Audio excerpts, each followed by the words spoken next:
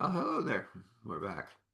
And it's Wednesday, so it's time for a time on Earth story about Jesus or about that time.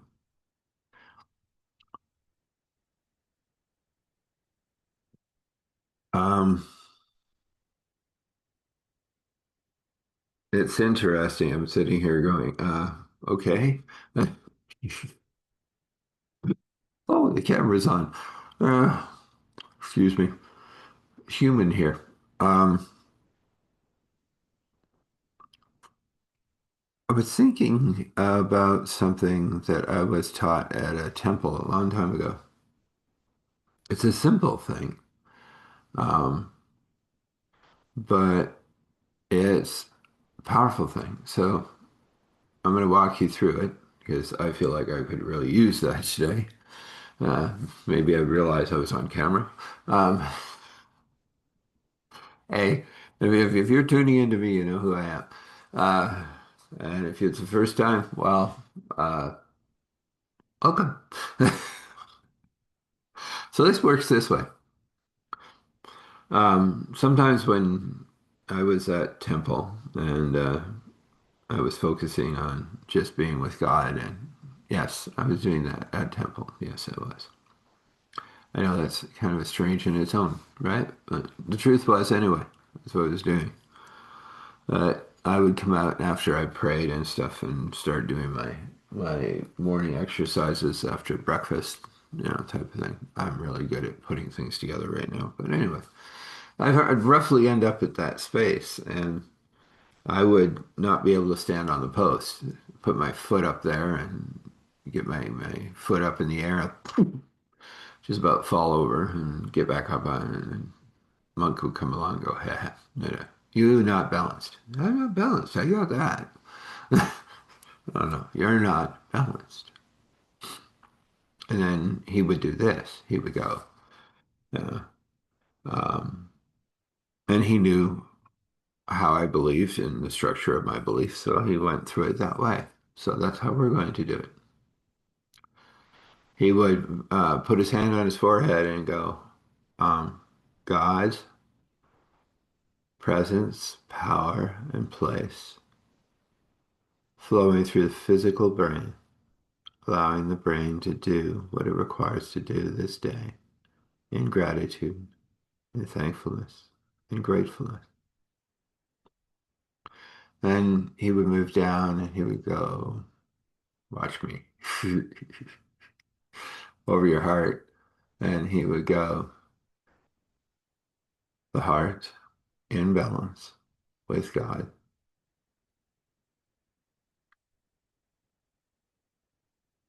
overflowing in gratitude, thankfulness, and gratefulness.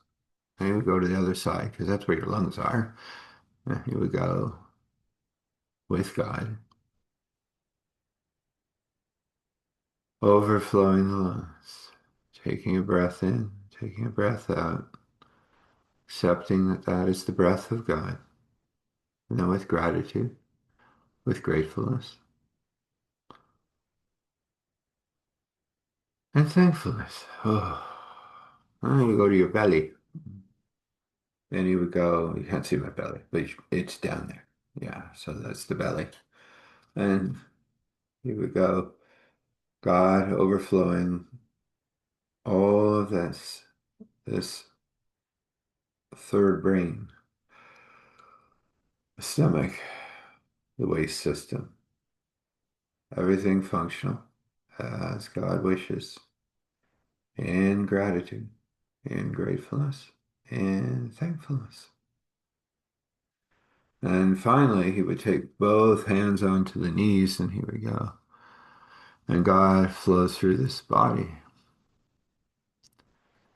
overflows this body, and brings this body into balance. From the toes to the head, from the head to the toes. The energy flow is balanced. The circuits are balanced. The body is balanced. The organs are balanced. The nerves are balanced.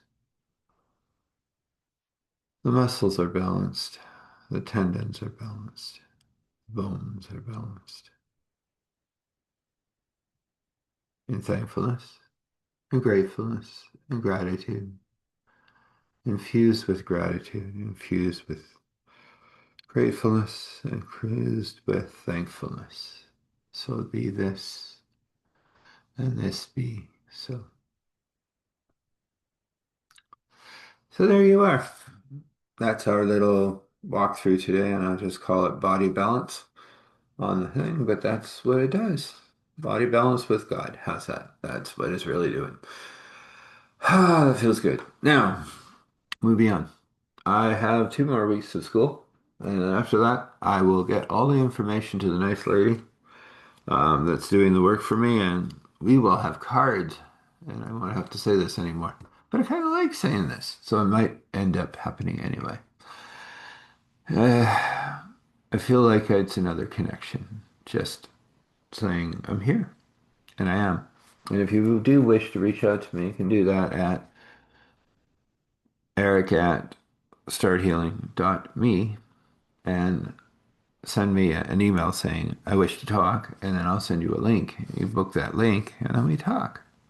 We'll see if we connect. See if I'm part of your healing puzzle. Let's find out. Of course, like, subscribe, and all those other fun things that would be beautiful for my station because if I get far enough along, I can do a live. Imagine a live story where you get to, yes, you get to decide what happens. Yes, I can do those stories. I'll give you choices and you'll have fun. Yes, you'll just be able to come into the chat and say, hey, let's go left, not right. Okay, so looking forward to that. So it's time for a toe. Oh, yeah, that's how I remember it. Time on Earth story about Christ.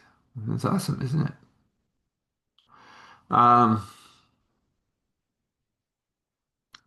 and the one that comes forward for me is one that I have told a few times. And the reason I know it, well, as Paul said, in the body, out of the body, in the spirit, out of the spirit, whatever it is, I know it's this thing. So that's how this one comes about. Then there was a day where um, I was walking with his disciples, and he turned to Peter and he goes, Peter, I need you to go do something for me. There is a widow woman that is looking for something very important, and if she doesn't find it, she'll lose everything. Her husband just passed suddenly in the field, and there are vultures waiting to take away everything she has. But that doesn't need to happen, Peter. But you need to go. It's about a 3 hour walk that way. You'll know it when you find it because there's a house and it has an issue in the corner. And you're going to fix that, Peter. And I'm sending James with you. You two can fix the house, fix the chair. You're good enough at this. They're both looking fishermen, not carpenters. That's all right.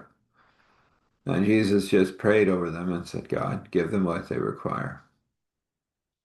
And sent them off. Gave them a little bit of bread and cheese, and off they went. And Peter wished to be obedient. James just kind of wanted to follow along. So off he went. And they walked for the 3 hours, and they found the house, and it was dilapidated in one corner. They saw it. There was a widow running around frantically trying to find something.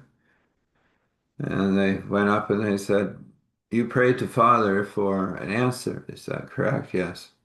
Well, we are disciples of the Messiah. Oops, how did that come out of our mouth? Oh, so what are you saying? Okay, wait a minute. Uh, didn't know that was coming out. Anyway, we were sent by him to help you. Do you have a jar of flour that you never use? Oh, that's that one. Yeah. The lid's stuck. My husband would get that off, but I can't. And he's been busy, and then he died in the field, and she starts to cry. And James, who's a little bit more soft than Peter, says, "May I hold you?" And she goes, "Yes." And he gives her a hug, and she goes, "That's better." So I know that jar, but I can't get it open. The lid is stuck. And Peter goes, "Well, hopefully, if I was sent, I believe that I have what I need." So he goes in and he pops the flour jar, and in it is the thing she's been looking for. Ah, there it is. All the paperwork. Of course, he put it in the flour. Uh, that's why he bought me a new flour tin because he said that one always jams. So he said, just leave it in the side. It can be the surplus. The hell, smart man. I think those guys need to see that information because they look like they're sizing up your property. She goes, oh yeah. Um, it says everything is paid up in full and the taxes are paid for the next 3 years. Yes, okay. We got good stuff here. So she said, do you mind standing with me? And they both said no.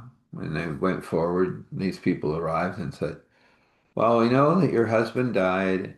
It's a terrible thing, but he owed us much money and you cannot pay because no one's working the field now. So we'll just take the property. And she goes, oh, no, he didn't owe you anything. Here is all the paperwork, all signed by magistrates with a Roman seal. Where did you find that? Oh, he looked after us, even in his death. He made sure that we were looked after. These fine men have come and then they smiled and they said, well, you've got to get that property fixed up. Can't be staying like that. That's an affront to the community. If you don't get it fixed up, we'll seize the property. And James and Peter said, that's exactly what we're here for. Well, fix her chair, fix her roof, fix the fences, fix that hole in the barn that you're thinking about. So why don't you go away? Who are you? Well, we are just disciples of the one that is connected to Father that sent us here. Ah, this ain't over. Well, yeah, it is. Paperwork's in order. And guess what? You look behind you? There's a nice Roman soldier right there. Ah, where did he come from? Oh, he's walking down the road. Seems to be coming this way. And she goes, ah, that's Matthias. He's a good friend of my husband. He may have heard that he passed. That's the other thing is he is requiring to be in the ground. I don't have that skill and ability, and no one around here wanted to do that. So he has been sitting in salt. Best I could do. And I apologized to him. And, oh, we'll help you, Barry. And Matthias came up and said, is there a problem here, Dartha? And she goes, oh, no. She goes, I got all the paperwork. This person's getting upset that my house is a little dilapidated, but my husband was really busy before he passed. And he said, I'm sorry that that happened. He said, let me see that paperwork. And he looks at the paperwork. He goes, oh, it's all in order. Taxes are paid for 3 years. Amazing. He's an astute man, he was. I liked him. Any problem? And I muttered a bit and said, not now, and walked away. Uh, Matthias said, I'll stay for a while and help you out with the farm. I've asked for your son to be sent home. Oh, you didn't have to do that. Well, I lead over the conscripted army. in his sector, so his father has died. He has a right to come home to look after the field, and he's quite excited about that. So he's been involved with the Grecian campaign, but he'll be home in 2 weeks, and I'll stay here till then. Who are these fine men? Oh, they are the ones that were following the one that's following Father. She didn't say Messiah. Oh, that's that man that's doing all the good works. Yes.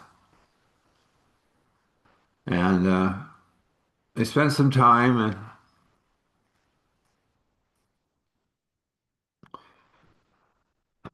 they fixed the chair and they fixed the roof.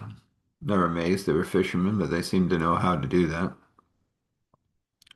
Then they remembered that, they may not be well learned, but they remembered a scripture in the Bible about the tabernacle.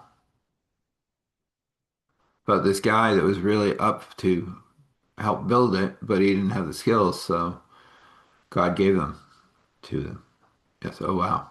That's what's happening here. Wow, this is cool. So he helped with the barn. They got that hole fixed. And they got the poor Dreas, you know, buried. Nice little monument and stonework and place right beside it for his wife when his wife would go. A third one that was just told to be made, so it was made. And would that be the son? Oh no, now it's a fourth. Okay, that doesn't make sense. But then they looked back and they looked at the smile between Matthias and Dara and they realized, oh, something else going on here. Well, we have done all that we came to do. We have helped you, and God loves you, and may you go in peace, but we must be getting back to the master. And Matthias and Dara basically said, that's wonderful. And well, bless you and your friendship and your union, James said. And they giggled. And they ended up walking back the road and they found their master doing what he was doing, praying for the sick, talking with those that were requiring a voice. Is it done? Yes, it is done. What did you learn? God will give you whatever you require. Peter would remember that many times, even after the crucifixion and the 3 days and his mess up and his recovery, and right up to the time he ended up dying on the cross upside down. He would remember that God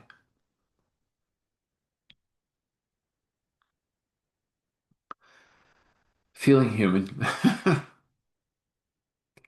gives you what you need. So hopefully you enjoyed that story. Let's have a blessing. Let's have a blessing of absolute peace and knowledge and wisdom and invention and attention overflowing and everything you require to know to have a beautiful day. And everything that that brush wishes to paint for you, that Father is holding. According to Father's will, according to your will, it can be. We come before you, Father, Spirit, Son, and that's just a little story of how you work, how you show up. And I'm so grateful about that.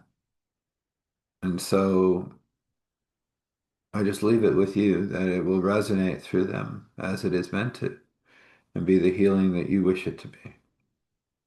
I am so thankful, so grateful, so full of gratitude for all that you do. I ask you to push back the darkness. And if the first time, lead them, Father. Let them know that if all they have to do is accept the gift you gave on that cross, just admit that they cannot do it on their own, that they require you, and then confess it to one person, and they got it. Uh, John 3:16, the Roman road. James, other places. Lead them, show them, send them someone. And if it's their hundredth time, well, take them deeper, Father. There's always deeper. There's always more to know, always more things to understand. So do that, Father. And we thank you for all of that. And we are so grateful and lost in gratitude. And we say, give us courage and strength and grace and mercy as we go. And we say, thankful, grateful, gratitude, thankful, grateful, gratitude, thankful, grateful, gratitude, standing in awe and honor, respect, allowing all glory to flow to Father, Spirit, Son. This is, and so this is. So you be blessed.